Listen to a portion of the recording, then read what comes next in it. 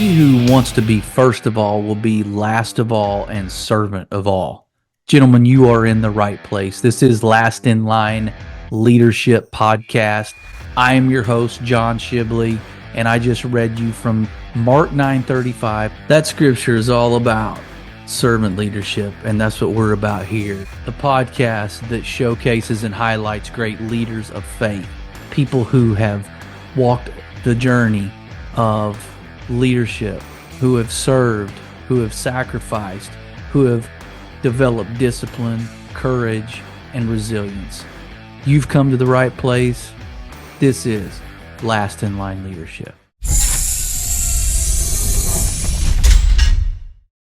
Hey, what's going on? Hey, hope you're doing well. Happy New Year. Hey, this is for the guys out there, specifically Christian guys who are called to a higher standard. This is for you if you are halfway doing it, if you have some left in the tank at the end of a project or a task or a job or an agenda or a list, if you've got some left, if you feel like you might have shortchanged the potential in your skill level, if you haven't maximized, okay, your talent level or your intelligence or your purpose, if you haven't fully redlined and pegged out the speedometer on whatever you're doing, if you've given a half effort, this is for you, because now it's time to stop that type of activity. And many of you, including myself, have at least done that at some time or another, a season or another, some longer than others. But it's time to stop. We're called to a higher standard.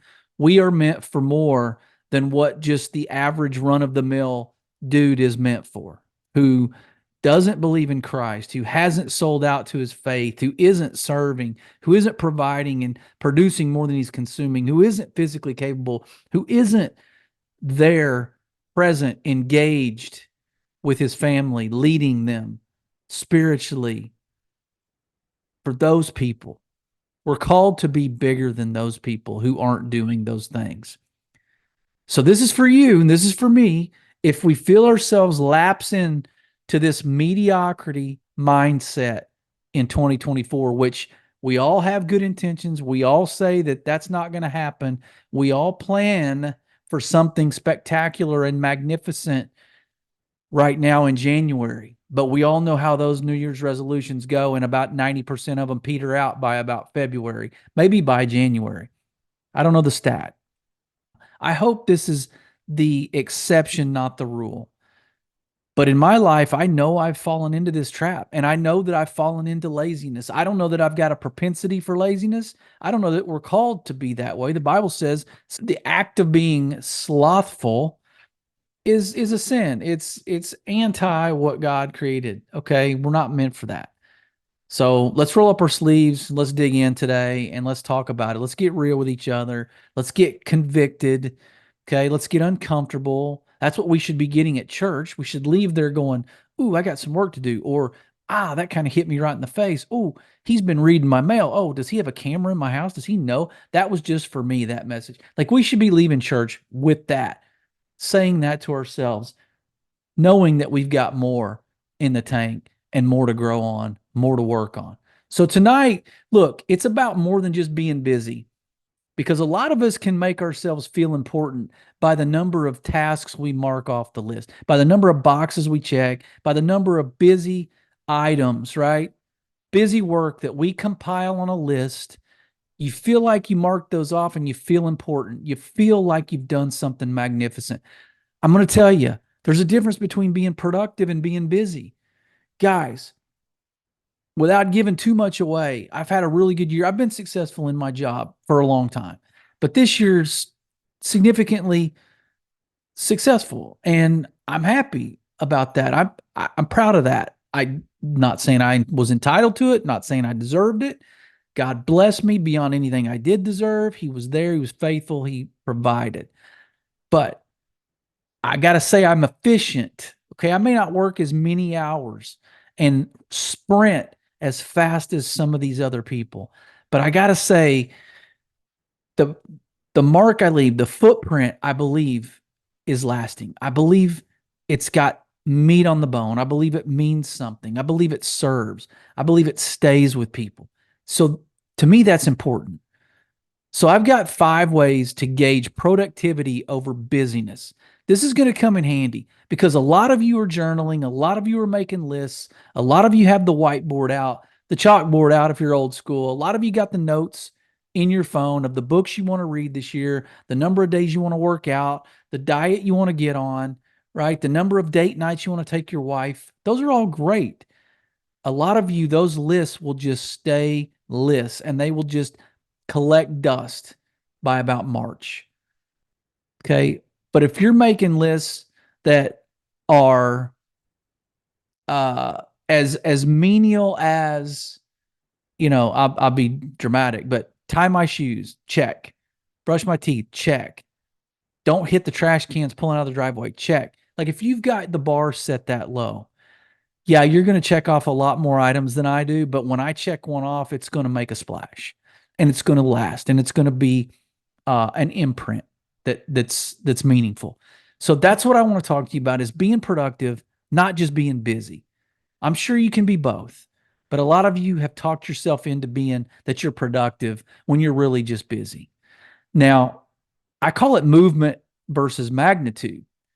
And a lot of you are doing a lot of moving. Okay. There's a lot of moving parts. Okay. You're moving. You're taking 4 trips to the kitchen to grab a pen when it takes one, when it can only take one, only needs to be one. You're using 20 words when 5 will do. And you feel more important. You feel productive, but you're really just busy. You're really just moving around. You're just shuffling papers. Okay. You're not necessarily doing anything with those. So I'm here tonight to help you, to help me if I lapse into that. I don't know when I really lapse into that because I say the counter to that is, a different side to the same coin might be I feel lazy sometimes because I feel like I've gotten some things done during the day, productive things, but then I have a lot of margin. And I find myself, okay, maybe I'm watching a couple episodes of the show on Netflix I want to watch. I, I mean, I think there's a time to decompress. I think there's a time to sit and just kind of chill, right? And kind of unplug and unwind. But sometimes I feel like I lapse into this laziness whenever I start feeling comfortable and I'm like, okay, what should I be doing? Now, if there are significant tasks that you're putting off, that's a different conversation. But again, different side to that same coin. A lot of you feel like if you're just moving around, you're doing a lot of stuff and you're moving the needle, which you're really lying to yourself a lot of the time. So I think, guys, we can maybe get a lot less busy, but a lot more productive this year. And I'm going to tell you how. I got 5 ways to gauge your productivity over busyness. So, but first, let's talk about movement. Okay. Because I'd rather have magnitude over movement. Okay. I'd rather have staying power than a flash in the pan. Okay. Than like a one-hit wonder, a quick couple things. I'm moving around and I feel important versus I'd rather just do one thing and make it mean something. So, but for movement, I mean, you guys know if I use too many workout analogies, that's just what I am. I'm sorry, but I'm not really sorry because a lot of you exercise too and lift weights mostly. So you guys, I'm speaking your language. That's fine. And I like to make the analogy of, look, if you're just doing reps to say you worked out, that's movement. Okay. If I know that I can do 200 pounds 15 times, okay, but I'm doing 170 10 times, and I'm really not doing much, okay, but I'm checking that box, right? I'm moving weight, but am I maximizing my resistance? Am I maximizing the muscle breakdown? Am I actually building any muscle? Most likely not. But I'm out there. I'm doing reps. I checked it off the box. That hour I'm in the garage, right? I'm doing 175, 10 times when I could be doing 200 pounds, 20, 15 times. But, I did it. That's a win, right? Yeah, it is if you compare yourself to the least of these to the lowest common denominator. If you compare yourself to the guy that's eating Twinkies on the couch doing nothing to move his body, yeah, you're actually exceeding. You're actually doing something special. But if you're measuring yourself next to your potential and next to the people doing it better than you, bigger, stronger, faster than you, then maybe you're falling short. Maybe you could do a little more. So that's what I want to also say. Like, if you're comparing, we're all in this comparison trap. We all have this, a lot of us have lapsed into some of the imposter syndrome, we call it. But, it's a big, catchy, sexy word, but ultimately we're comparing to people most of the time. I would rather compare to the guys that I don't think I'll ever hit, or maybe the guys that are a couple notches above me that, yeah, with the right amount of maybe luck and maybe a little bit more effort than them and more consistency and discipline, maybe I could catch them. Those guys are who I'm comparing to. So if you're just all about movement, you're probably not all about magnitude, and you're probably falling short of having that significant imprint. So that's what I want to talk to you and hopefully get you believing, get you bought in, get you sold out to have that lasting imprint, so that when we're talking in December, maybe you're emailing me November, December saying, look, I'm doing some significant stuff. And yeah, I'm doing about 4 less or 2 or 3 less hours a day of what I was doing. But man, I'm having so much more impact and feel so much more significant. Like I'm right in stride with my purpose.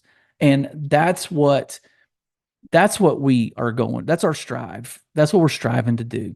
So movement is, so here's how you know if you're busy. You're going through the motions. Okay. That seems pretty obvious. You're checking boxes. There's no depth.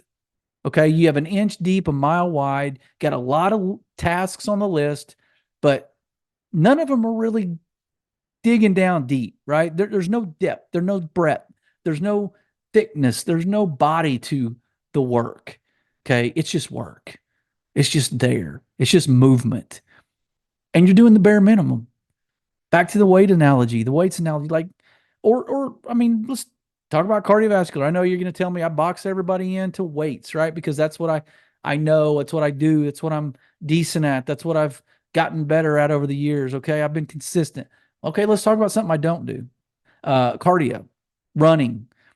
If I know that I can get way more benefit and I have the potential to run a couple miles 4 times a week, but I'm really just kind of walking around the block a couple times a week, I'm not doing anything. But yeah, I'm moving, but I'm not doing anything for myself. I'm not really moving the needle.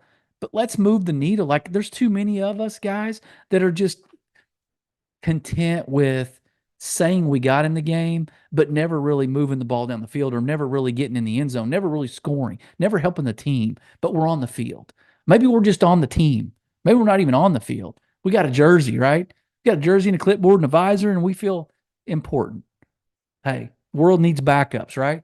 No, the Christian world doesn't need backups. Christian men are not called to be backups. We're called to be leaders, called to be the tip and spear. We're called to be servant leaders. We're called to get out there and carry people with us, protect, get in the middle, stand in the gap between them and danger, between them and any enemy, right?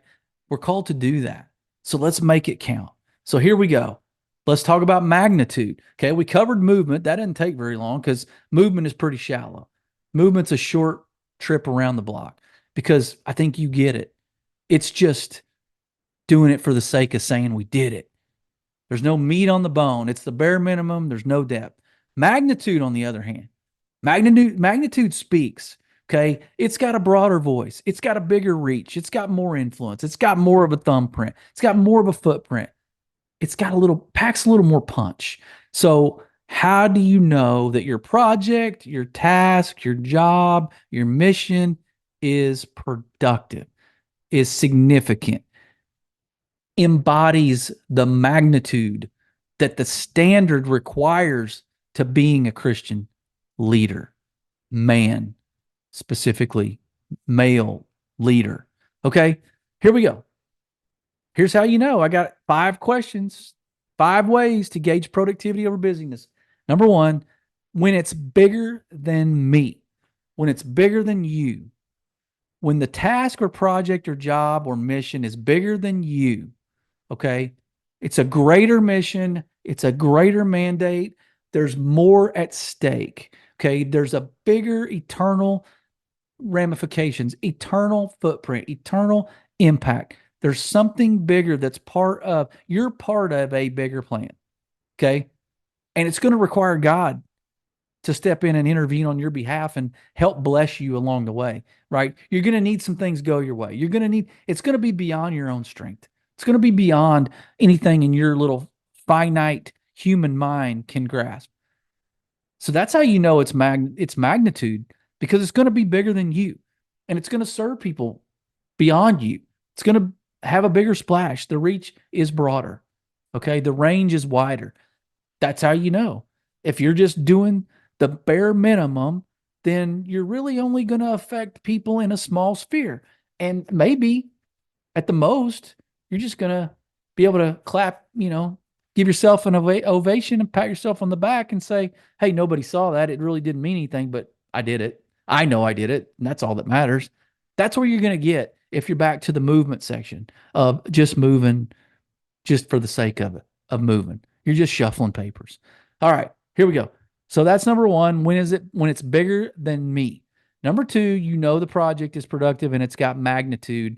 When it requires strain, when it requires you to strain, stretch your maximum potential, stretch your capability, when it requires you to strain something, right? It's going to cost you. There's going to be sacrifice. So it requires some sort of strain. I don't know. It could be financially. I mean, dude, it took me a long time to buy into just to the tithing principle. The first 10%, when I'm barely paying bills and feeding mouths of kids, taking care of a wife, and we're tithing 10%, like right off the top. And dude, God is faithful. He did way more with that 90% than we could do with 100. You've heard that 1,000 times. That's no lie. But it was a strain. I mean, it strained our relationship a little bit. We had some heated conversation. It strained our finances, of course. It strained my faith because I'm like, do I really trust this? What is the return from this? Why am I doing like it took obedience? And that, strain it requires faith. It requires obedience. It requires trust. Knowing that you put forth maximum effort and you've sacrificed and something has cost you deeply, but you know that that's a productive project that's all about the magnitude of significance versus the movement, okay, of just mere task box checking. So when it requires strain and it costs you something, that's usually a good sign. That's number two. Number three, when you maximize your potential. Talked about that for a little bit, kind of touched on it for a second. But when you maximize, like when you know what you're good at and you've dialed into your skill level and your swim lane, you've identified your gift, you've identified somewhere you can fill a niche, you can fill a need. You've identified that and you step right into that. You're fully in the zone. Like you are locked in. You are in the zone of that skill and you are in a rhythm. You've got a cadence and you are picking up steam, right? And you are going. And that is when you know that, so if you're really good at something, okay, and I don't know an analogy right now, but say you're really good at your job, okay? You're really good at sales, and you know that it requires, sales is a numbers game. It requires a certain amount of calls to the right customer with the right message in that right timing for you to move the needle. But when you make half the amount of calls that you know you need, and you have half the conversations with half the passion in the wrong timing, and the customer is not engaged, like that that's fallen short of your potential is dialing in to maximize the timing, the messaging, the repetition, the reach and frequency. Like what that potential is, but then you choose another way. You choose less than that. That's all about a choice, and you've not reached that maximum potential. You've fallen short on purpose, really, but you would never admit to that it was on purpose. But your actions and decisions and choices prove that it was intentional because nobody held a gun to your head to make half the calls you needed to make. If you're good at it, you do what's necessary to get there and to achieve that goal and whatever that quota might be in a sales job. But yeah, when you maximize your potential, that's how you know it's productive. That's how you know the magnitude of your actions actually means something and you're fully in the zone of that particular skill. That's number three. Number four, here we go. Again, 5 ways to gauge productivity over busyness. Number four, guess what? When those seeds you're sowing in that particular project or task, when those seeds that you sow, reap a harvest. When it bears fruit, when you see it serving someone, blessing someone, when there's fruit, a harvest, a evidence of someone else's benefit because of what you've done. That's kind of parlays nice with that. It's bigger than me, but this is kind of its own thing. When it bears fruit, it's been productive. I can go out in the garden and plant, just scatter random seeds in crappy soil and hope it rains, right? I've done something. I've filled the hour of the day, or really in that case, probably about 5 minutes, but I've done what I thought I needed to do to check the box, the bare minimum. Is there going to be a harvest? It's going to dry up. It's never going to bloom or blossom or fruit. There's never going to be a fruitful harvest. It's not going to bless anybody because there's no production. It's never going to serve anybody because it was done poorly and with little effort, in poor soil, the wrong way, with the wrong cultivation and hydration, lack thereof, in fact. So there's no fruit. That's a literal term, but in our life, you aren't bearing fruit in certain areas because you're doing the bare minimum. You're moving papers and you're running across the street when you just need to take a step across the sidewalk. You're doing a lot of things that make you feel important and make you feel busy and make you feel, quote unquote, your version of productive. But you haven't been fruitful. You haven't been productive. You haven't had the magnitude that you're desiring, that you actually should require of yourself, because the Christian man standard that we live by requires that, demands that. We demand that of each other, hold each other accountable. But if you're not bearing fruit, guys, if there's no harvest, if it's not blessing or serving, chances are it's just busy work. It's real shallow. It's just for you to say you did something and feel important. You need that shoulder sling because you've been patting on yourself on the back too long for the wrong thing. That's number four. It's clearly got to bear fruit. It's got to be more people than you that benefit and are blessed by it. So number five, here we go. Last but not least, when it's mentally or physically exhausting.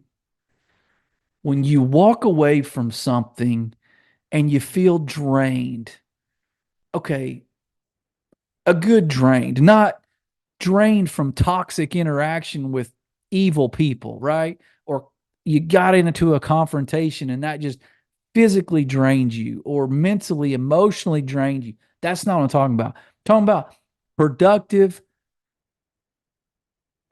exhaustion that leaves some sort of imprint positively.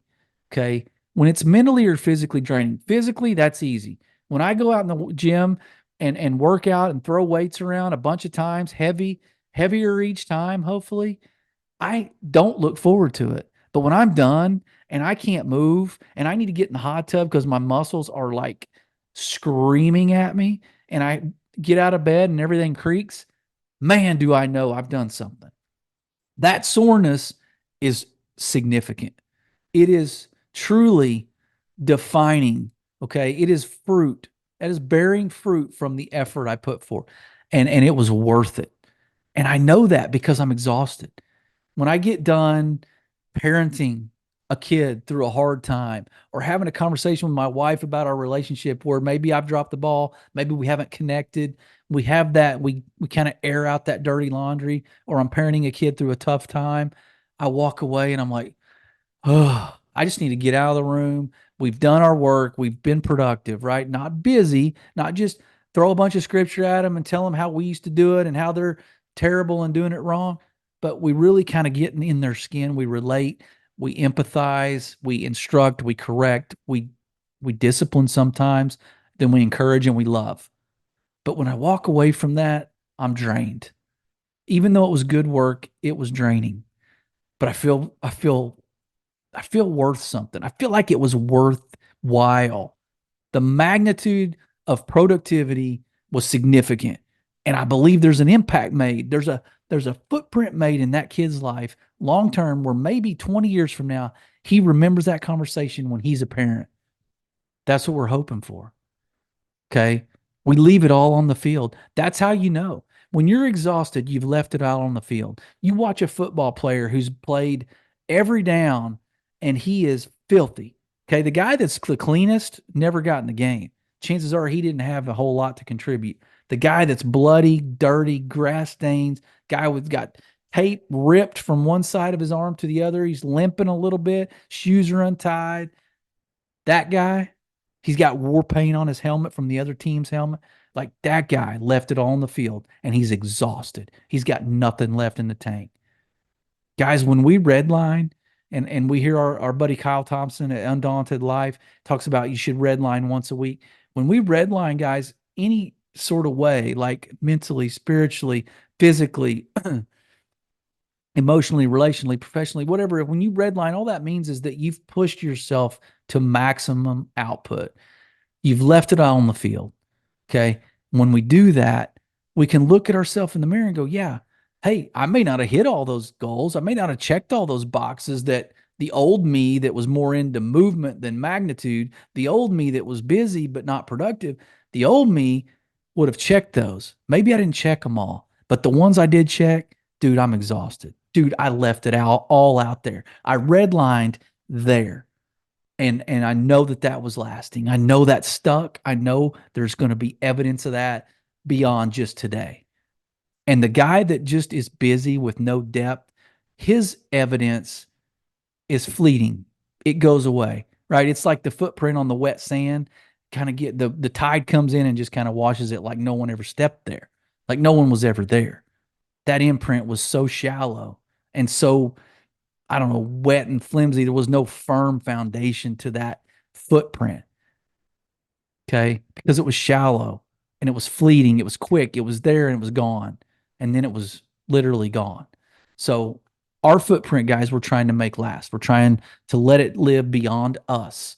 Okay. So, those are your 5 ways to gauge productivity over busyness. This will help us this year. I know we all have lofty goals. I know we all have great intentions. I know we all have those desires and the focus. We're locked in. We're going to make 2024 the best year ever, but we don't want to be a flash in the pan in the first quarter and then peter out for 9 months.